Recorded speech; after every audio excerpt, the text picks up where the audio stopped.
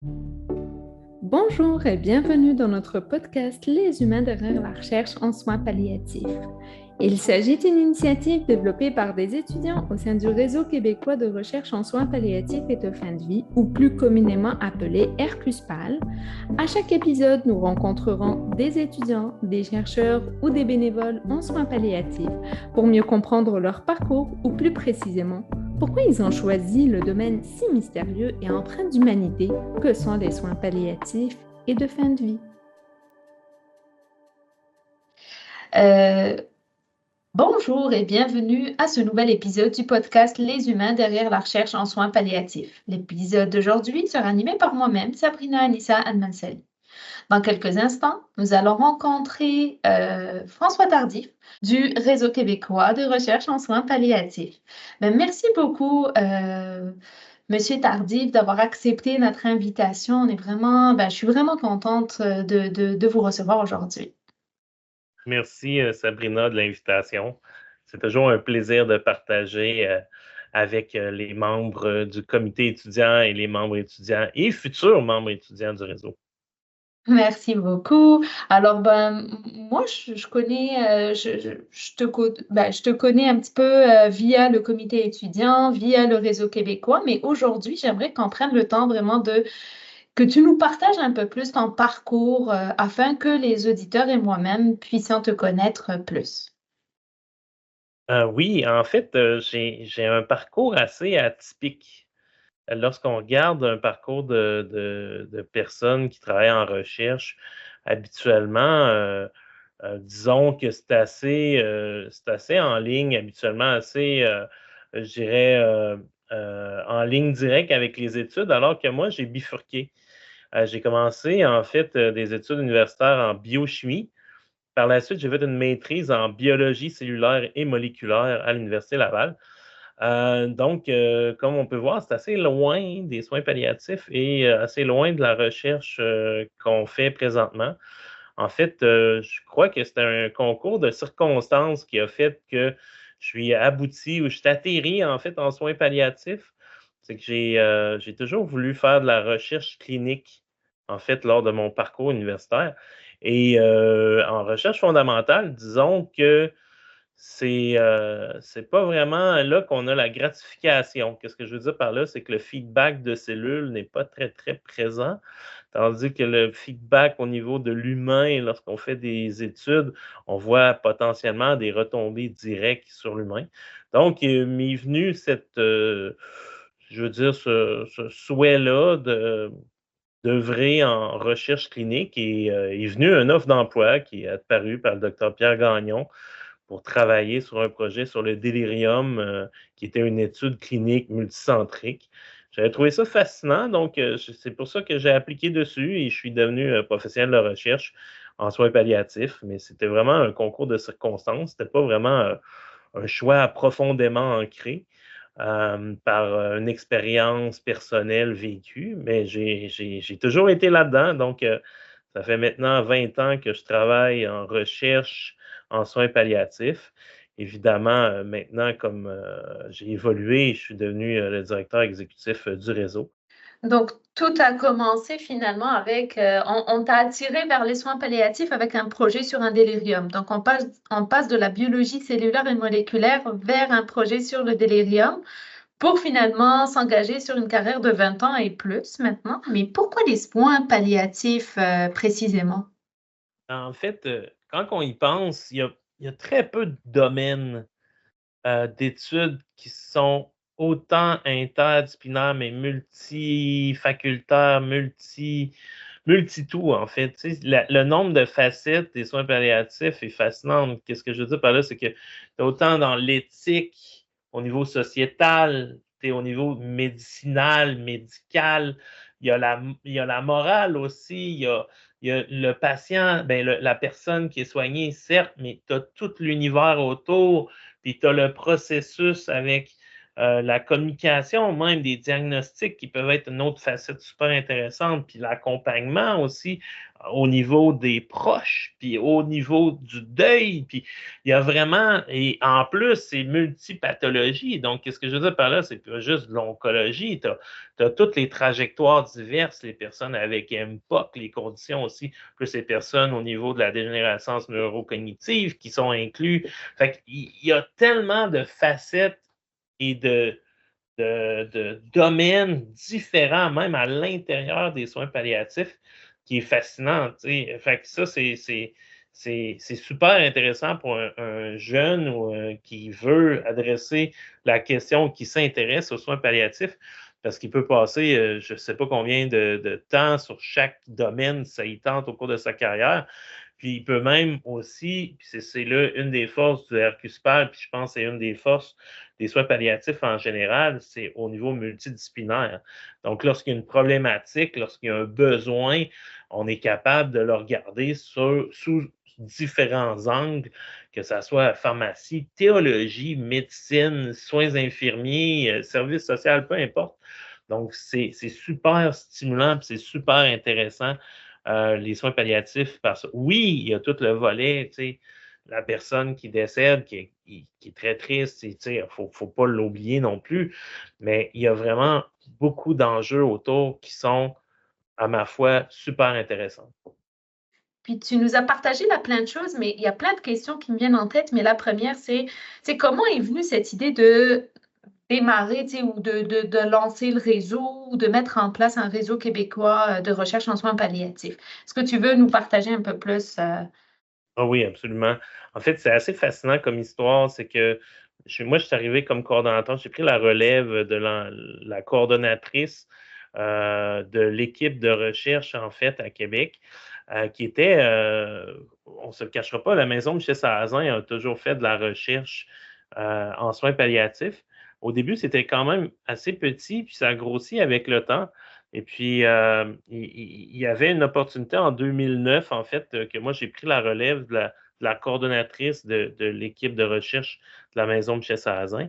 Mais aussi, on s'est rendu compte peu de temps après qu'il y avait vraiment des affinités assez importantes et profondes entre la recherche psychosociale et la recherche en soins palliatifs. Qu'est-ce que je veux dire par là? C'est que faire une étude sur la qualité de vie ou de l'anxiété ou la dépression, que ce soit chez une personne ayant un cancer avancé ou un cancer très, je dirais plus un cancer avec un bon pronostic, c'est de la qualité de vie, c'est de l'anxiété, c'est de la dépression. Donc, il est venu une opportunité de regrouper les acteurs au niveau régional à Québec et c'est pour ça qu'on a créé l'équipe de recherche de la Maison Michel Sarrazin en oncologie psychosociale et soins palliatifs. Mais on avait toujours cette espèce de visée-là de fédérer tous les acteurs en recherche au Québec parce qu'on trouvait donc que tous les chercheurs étaient beaucoup plus dispersés, étaient beaucoup en silos et on ne savait pas vraiment ce que les autres faisaient comme études. Puis on trouvait qu'il y avait une perte de capacité en recherche au Québec à cause de ça. Donc, à partir de 2012 est venue l'idée d'essayer de faire un regroupement provincial et le FRQS, on les a talonnés parce qu'on savait qu'il y a des regroupements thématiques qui existaient. Bref, pendant quelques années, pour finalement, parce qu'ils étaient en refonte de tout leur programme, qui a été relancé en 2016. Et c'est pour ça qu'on a appliqué pour le Réseau québécois de recherche en soins palliatifs et de fin de vie en décembre 2016, qu'on a obtenu en mai 2017.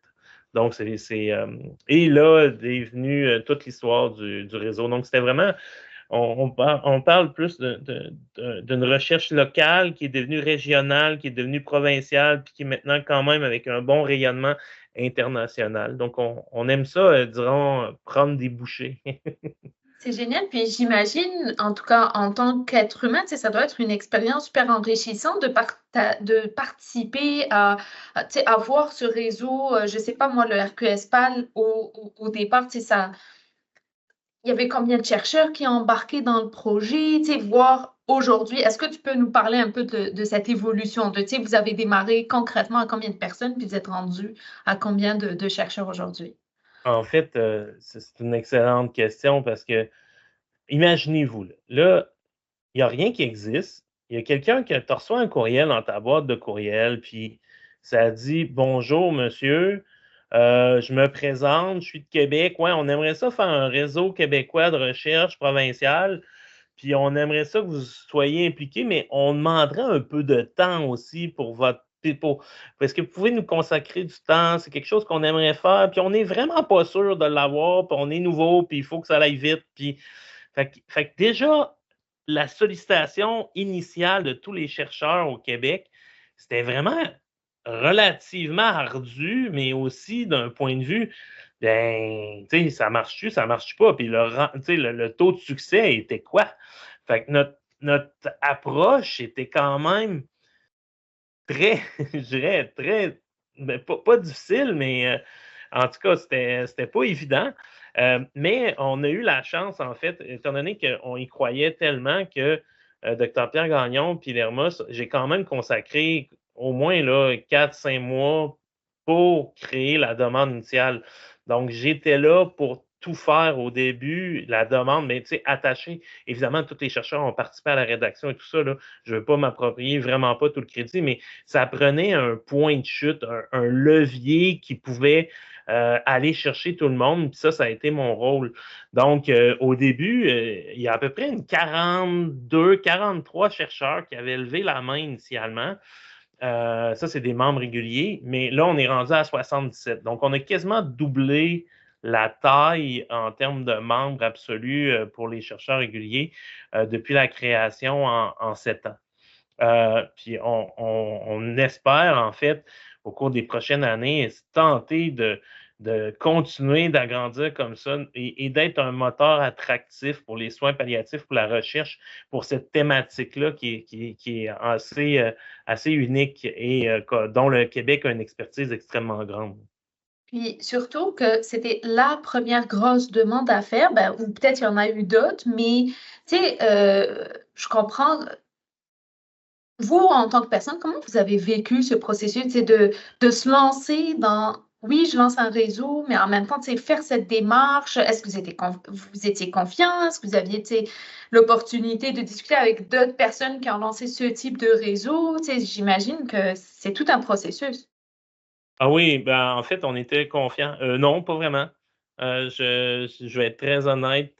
C'est pas que la thématique était pas là, c'est pas que l'opportunité était clairement là et puis moi, je me plais à dire, ce n'était pas une fenêtre d'opportunité qu'on avait, c'était une bay window. Tu sais, je veux dire, c'était la porte passée au complet parce que c'est la loi sur les soins palliatifs et incluant l'aide médicale à mourir était arrivée en fonction en 2015. Donc, il y avait vraiment, en décembre 2015, donc il y avait vraiment une opportunité assez marquée de fédérer et d'avoir un impact au niveau sociétal, puis d'examiner, je dirais, ou d'évaluer un nouveau processus au Québec qui était l'aide médicale à mourir et ça mettait l'emphase sur les soins palliatifs et de fin de vie.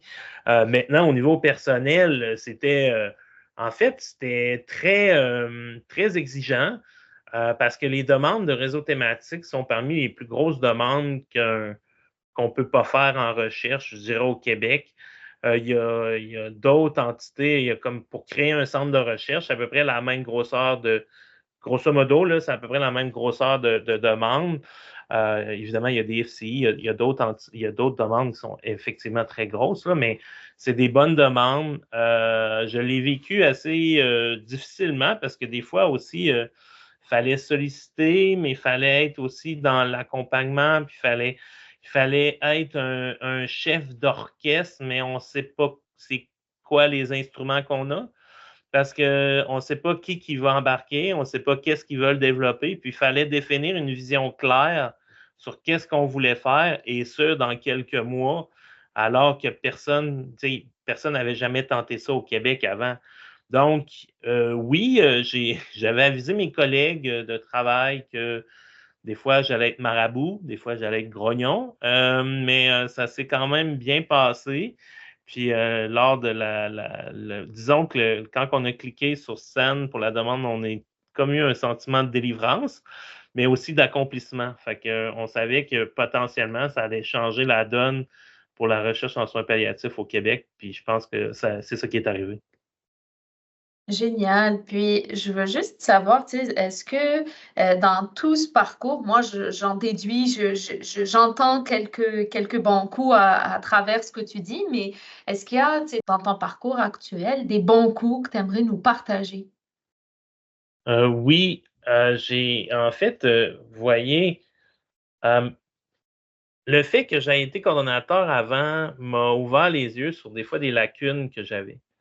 Et ces lacunes-là, qui étaient plus au niveau administratif, donc la gestion budgétaire, la gestion des ressources humaines, la gestion de projet. Mais la gestion de projet, quand on travaille en recherche, on est quand même pas pire pour ça. Bon, il y a toujours des niveaux, là.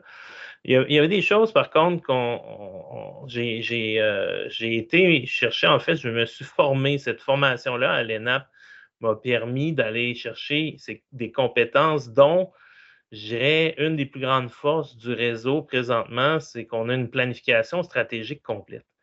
Puis ça paraît arbitraire, ça paraît un peu, je dirais, pour quelqu'un qui n'est pas habitué, c'est comme bon, c'est des grandes affaires de direction, puis ça sert plus ou moins, puis c'est des gros documents, puis on ne sait pas vers quoi ça s'en va. Mais ça a été vraiment un élément assez important dans la création puis la mise en place de Hercuspal.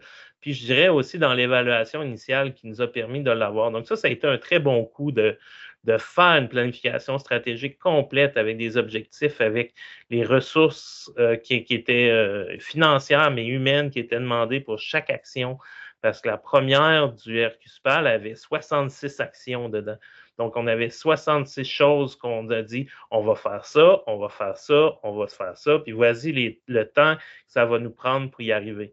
Donc, dans cette optique-là, ça a été un des bons coups que j'ai fait. Au début, je pense que le Dr Gagnon n'était pas trop chaud à l'idée parce que ça s'était comme jamais fait. Puis on n'avait jamais fait ça. Donc là, c'était comme mes compétences nouvellement acquises à l'ENAP qui ont été utilisées. Puis voilà, c'est quelque chose, je pense que ça a été un bon coup. Puis pour les autres bons coups, ben, je pense que un des meilleurs bons coups du Hercuspal, puis qu'on a tout de suite pensé et que j'ai poussé milité, ben, tu es au courant, c'est le comité étudiant. Nous, tout de suite au début du Hercuspal, dans le fondement même, dans l'ADN, c'est clair que les étudiants allaient avoir une place prédominante et centrale. C'est pour ça qu'on a j'ai toujours milité en cette option-là. Et ben, en fait, pour moi, c'est même pas une option, là, c'était une exigence. Ça a été un autre excellent bon coup, je crois, du Hercuspal. Je peux en témoigner vu que je suis membre du comité depuis quelques années. Puis, tu sais, en tout cas, vous vous rendez très présent pour nous. On sent qu'on en a de place, puis que la voix, ben, nous, le comité étudiant, c'est aussi notre rôle de porter la voix des personnes étudiantes du réseau. Puis, on sent qu'on est entendu, puis qu'on est choyé dans le réseau. Puis, j'avais aussi une autre petite question. À travers tout ce parcours, tu sais, est-ce qu'il y a eu des moments de doute? Oui, c'est intéressant parce qu'en fait, en recherche, si on ne doute pas, on n'est pas stratégique. Ça, c'est pour tout, là. C'est les chercheurs, c'est les étudiants, ça prend toujours un plan B, puis ça prend toujours aussi se garder des portes ouvertes puis de la gestion de risque. Il faut faire de la gestion de risque. Tu sais, si on n'obtient pas la demande de subvention, si on n'obtient pas voyons, la bourse étudiante, si ça ne marche pas, ma collecte de données, qu'est-ce qui se passe? Ça, c'est un peu ça de la gestion de risque, en fait, à quelque part, là. C'est de dire puis comment je peux les baliser, puis comment je peux réduire les risques. Si, mettons, ma collecte, mon recrutement ne marche pas, qu'est-ce que je fais? Puis à ça, c'est pour ça qu'il y a toujours un doute dans mon esprit qui est là. Puis je pense que ce doute-là est assujetti à un esprit critique extrêmement fort parce que tu n'as pas le choix à quelque part aussi d'être critique et d'avoir un esprit critique. Donc, je doute souvent, tout le temps. Puis je me remets en question quasiment tout le temps. D'ailleurs, ça a été une des constats d'un de mes profs à l'ENAP qui m'avait évalué à la fin. Il dit, tu sais, toi, François, tu es super, mais tu ne seras jamais heureux dans l'administration publique parce que tu veux toujours remettre tout en cause. Tu es plus du profil anarchique que du profil bureaucratique. Je suis tout à fait d'accord avec cette terminologie-là ou cette étiquette-là, parce que c'est vrai que je remets en question systématiquement ou à peu près toutes les procédures, mais ce n'est pas dans une optique d'être confrontant, c'est dans une optique d'amélioration continue et perpétuelle des procédures. Fait que de ce point de vue-là, est-ce que j'ai des doutes pour le RQSPAL? On a eu beaucoup de doutes. Au début, le RQSPAL, de bien trouver un fil conducteur, de bien tenter de réussir d'asseoir tout le monde ensemble puis que chacun y trouve son compte. Tu sais, c'est un doute constant puis c'est quelque chose qui est constant. Puis dans mon parcours personnel, des doutes, ben, on doute quasiment tout le temps, en fait, dans notre parcours. Tu sais, est-ce que mon travail me convient? Est-ce que j'aimerais mieux aller à quelque part d'autre? Est-ce que c'est quelque chose qui est constant, mais en même temps, présentement, on a un beau réseau, puis c'est gratifiant comme travail. Puis on sent qu'on change, qu'on apporte une certaine je dirais une cohésion envers les membres, puis un accroissement de la collaboration. C'est quand même très stimulant. Fait que des doutes, je dirais qu'il y en a tout le temps et c'est au cœur de mon travail, mais en même temps, j'ai appris à conjuguer avec. C'est super intéressant, puis j'imagine que, tu sais, je me mets dans la peau des personnes étudiantes qui écoutent notre podcast, et puis vous êtes passé de la personne étudiante qui faisait de la recherche fondamentale à la personne étudiante qui s'intéressait aux professionnels de recherche, désolé, qui s'intéressaient aux soins palliatifs. Il y a eu plusieurs adaptations, puis là, on passe à coordonnateur à un rôle de coordonnateur. Puis là, je comprends que tout de suite, vous avez constaté qu'il fallait avoir d'autres compétences, donc ça prenait une maîtrise, une autre maîtrise. Mais comment on le sait? Comment vous avez été alerte à toutes ces, là, peut-être ça prendrait un autre diplôme, là, peut-être ça prendrait d'autres compétences. Est-ce que vous pouvez nous partager? Je vais revenir à la base. Je pense qu'en recherche, tout étudiant qui aspire à une carrière de recherche se doit d'avoir une qualité qui est la curiosité. Puis cette curiosité-là doit être déclinée en des actions concrètes. Qu'est-ce que je veux dire par là? C'est que depuis que je suis étudiant, j'ai toujours été à une multitude innombrable de conférences. J'ai toujours été le plus possible exposé et je voulais être exposé et je me mobilisais et j'allais. Et dans le temps, il n'y avait pas de numérique, là, fait que c'était tout en présentiel. Voir le plus de conférences possibles sur des sujets extrêmement variés, extrêmement diversifiés, qui a fait que j'ai eu une multitude de cordes à mon arc extrêmement rapidement. Puis ça l'a ouvert beaucoup de portes et puis beaucoup de collaborations potentielles. Donc, lorsque je rencontre exemple, une autre personne qui travaille dans un autre réseau thématique sur une thématique X, mais je suis capable de comprendre un peu les enjeux, peut-être pas au complet, mais au moins à cause de tout ce background de, de, de données, d'articles et de conférences que j'ai eues. C'est comme si à quelque part, la médecine est rentrée par osmose. Ça rentre tranquillement, pas vite. Puis à un moment donné, on se rend compte qu'on a beaucoup plus de connaissances et de compétences qu'on pense. Puis puis pour ta question en lien avec comment on se rend compte qu'on a des besoins d'une autre formation ou d'améliorer nos compétences, mais c'est lorsqu'on trouve qu'on a des manques ou lorsqu'on se remet en question beaucoup plus. Admettons, je vais vous donner un exemple, lorsqu'il faut faire les premières fois que j'ai eu à faire des budgets complets pour une étude, je me suis dit, OK, ouais, on peut partir de d'autres modèles, mais peut-être qu'il me manque aussi une petite formation en comptabilité pour vraiment comprendre les modèles puis comment que ça peut avancer. comment qu'on peut faire un budget complet sur, mettons, 3 ou 4 ans sur une étude complète. Bien, ça me prendrait peut-être une petite base en comptabilité. Puis là, il y a des cours en étudiant libre qu'on peut aller chercher. Après ça, moi, je trouvais que j'avais des lacunes. Il y avait eu un conflit à l'interne, puis je me sentais mal outillé pour bien gérer le conflit au niveau des personnes. Ben, je me suis dit, ça me prendrait peut-être un petit cours en ressources humaines pour essayer de comprendre. Et puis, de petit à petit, ben, je me suis dit, ben, pourquoi pas faire un programme court à l'ENAP. Puis ça aussi, puis dans le temps, maintenant, à peu près toutes les universités offrent maintenant, puis c'est tant mieux, des espèces de formations, je dirais, professionnelles continues, où est-ce que tu peux y aller par étapes. Tu peux faire un programme court universitaire, après ça, un diplôme de deuxième cycle universitaire, mais puis après ça, tu peux transformer ça en maîtrise. Tu sais, il y a plusieurs étapes comme ça qu'on peut y aller en perfectionnement. Puis je pense que ça, c'est super intéressant. Il y a beaucoup de personnes aussi qui vont en recherche plus fondamentale, qui vont aller chercher des MBA pour être représentants ou faire d'autres tâches. Donc, il y a vraiment plusieurs facettes. Puis, il ne faut pas les dénigrer, ces facettes-là, parce qu'il y a une multitude de compétences que les étudiants, futurs chercheurs ou futurs professionnels doivent avoir.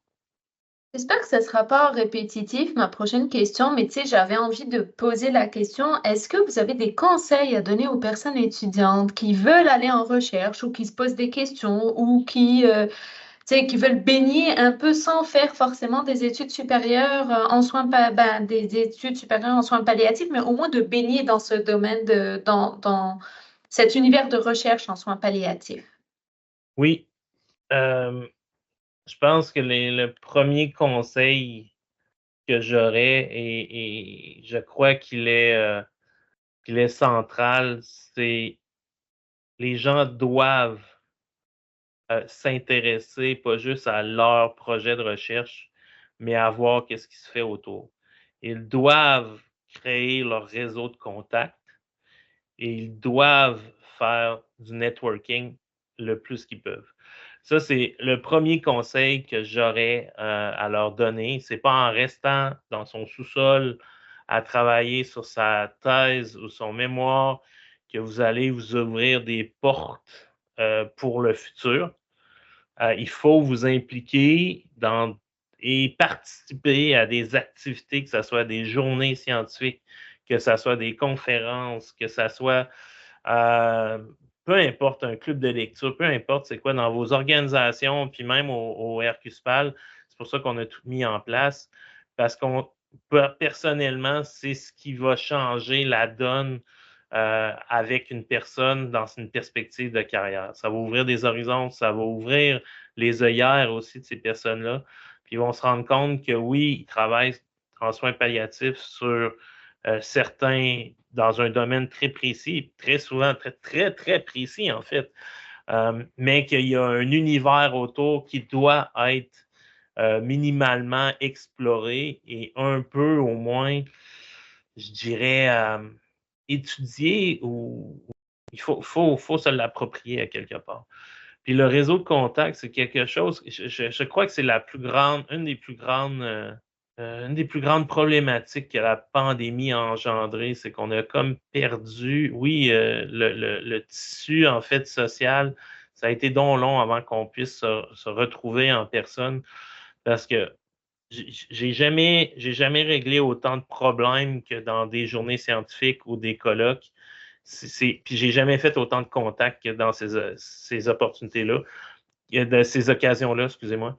Puis on le voit à long terme. Fait que ça serait le premier conseil que j'aurais, là. C'est sortez un peu de votre. Oui, votre mémoire puis votre thèse va vous apporter une perspective de travail. En fait, vous allez devenir des hyper experts dans votre domaine, mais il va vous manquer tellement d'autres choses parce qu'en plus, bon, maintenant, ils sont un peu mieux, mais les parcours universitaires ne vous préparaient pas, selon moi, à avoir une vie de chercheur accompli. Ça, je pourrais en parler longtemps. Ça a été mon travail de fin de maîtrise à l'ENAP. Euh, mais voilà, je pense que c'est un conseil que je peux partager ce serait mon premier conseil. Le deuxième, peut-être faire de la recherche d'une façon longitudinale. Ça veut dire avoir un objectif long terme. C'est pas juste d'y aller d'une subvention à l'autre ou d'une thématique sexy, parce qu'il y a toujours des thématiques très à la mode. Ça peut sembler pertinent pour démarrer une carrière, mais il faut avoir une perspective des retombées sociétales plus long terme de sa recherche. C'est là que vous allez trouver un sens aussi dans ce que vous faites. Une chose aussi, un conseil que je tente le plus possible de développer, puis que je crois que le RQSPAL devra jouer un rôle plus prédominant dans les prochaines années, c'est que les chercheurs et les étudiants, les futurs étudiants se doivent de s'approprier l'espace politique puis public. Ça devrait faire partie de leur rôle comme entité pensante ou j'aime pas trop le terme d'entité pensante, mais comme chercheur indépendant se doit d'apporter une réflexion sociétale sur qu'est-ce qui se passe. Je dis pas d'être contre le gouvernement, loin de là. Je dis juste qu'on se doit il ne faut pas avoir peur d'aller à la radio, d'aller dans l'espace public, puis de partager en plus de qu'est-ce qu'on a découvert, mais aussi nos réflexions. Puis un conseil, au niveau pédagogique, puis la vulgarisation des résultats, c'est pas donné à tout le monde. Il faut évaluer ses forces, ses faiblesses, puis il faut aller chercher soit il faut aller chercher des ressources, en fait, pour devenir un meilleur vulgarisateur ou un meilleur conférencier, puis il y en a.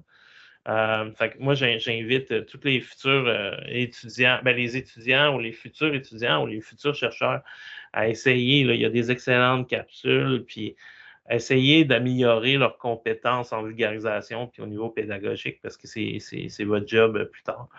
Puis, un dernier peut-être, c'est aller chercher, en fait, ça dépend vers quoi vous voulez aller comme carrière, mais je crois que, comme j'ai dit, votre formation vous surspécialise dans un domaine précis qui est votre thème de recherche, mais vous devez éperdument et absolument aller chercher des compétences en gestion de ressources humaines, en gestion de projet, puis en gestion budgétaire financière. Puis les gestions de projet, en fait, on pense que c'est simple, mais on en fait à tous les jours, mais on s'en rend même pas compte. Là. Si vous faites un dîner de fête de votre conjointe, vous en faites de la gestion de projet. Là. Vous allez, il y a un objectif, il faut inviter le monde, il faut faire, vous mettez des balises, mais c'est juste s'en rendre compte puis systématiser le processus avec l'analyse de risque. Puis si vous faites votre party pour votre conjoint, pour sa fête, mais l'analyse de risque, c'est si on le fait dehors puis il pleut, qu'est-ce que je fais? Je pourrais aller me chercher un abri, comme ça, je réduis le risque que le monde soit trempé. C'est ça de la gestion de risque. On le fait systématiquement, puis mais des fois, il faut le penser au niveau de la recherche, puis ça, des fois, on n'a pas ce réflexe-là, en fait. Puis le dernier, peut-être, conseil à partager, c'est aller vous chercher des mentors. Regardez ce que les autres font, puis apprenez dessus ces personnes. Puis si une personne est assez ouverte, un chercheur ou bien quelqu'un qui est dans un domaine que vous ciblez ou une profession que vous ciblez, bien juste lui demander si cette personne-là pourrait juste vous rencontrer quelques fois par année, juste pour essayer de partager, puis de partager son expérience, mais aussi vous partagez vos craintes puis vos doutes. Puis, je pense que c'est quelque chose, puis en fait, il y a quelque chose de très valorisant pour la personne qui se fait interpeller. Fait que moi, je n'hésiterais pas, en fait, à le faire. Là. Mais je pense que ça serait pas mal tous les conseils que j'aurais à partager. Super pertinent. Merci beaucoup pour ce partage généreux. Puis moi, je voyais vraiment un lien entre les 3 premiers conseils, de sortir de chez soi, d'aller vers des conférences, d'avoir d'élargir ses œillères, de voir des parcours différents aussi. Puis, en tout cas, ce que je comprenais, c'était de l'image caricaturale qu'on a du chercheur ou de l'étudiant assis dans son bureau pendant de longues heures, tout seul avec ses livres. C'est un peu démodé, si je peux me permettre de le dire comme ça. Merci beaucoup d'avoir partagé votre parcours inspirant avec nous. Et puis, je vous laisse le mot de la fin. Merci de m'avoir invité aujourd'hui. C'était super agréable de partager mon parcours parce que c'est quelque chose qu'on qu'on fait pas souvent, en fait, de regarder en arrière, puis le chemin parcouru. Des fois, ça nous permet de regarder un peu en avant. Puis, merci de m'avoir permis de partager tout ce qu'on a fait avec le RQSPAL, puis vers quoi qu'on s'en va. Puis je pense que le mot de la fin, la jeunesse, c'est clairement l'avenir en termes de recherche en soins palliatifs au Québec. J'ai bien hâte de voir tout ce que les jeunes vont pouvoir développer au cours des prochaines années. Puis le RQSPAL, on a eu un financement pour les 8 prochaines années. Puis on est juste au début d'une nouvelle ère en recherche en soins palliatifs au Québec. Puis on espère que qu'on va apporter un éclairage sur, puis ultimement, on va apporter aussi une amélioration de la qualité des soins aux patients. Merci François. Merci, à la prochaine.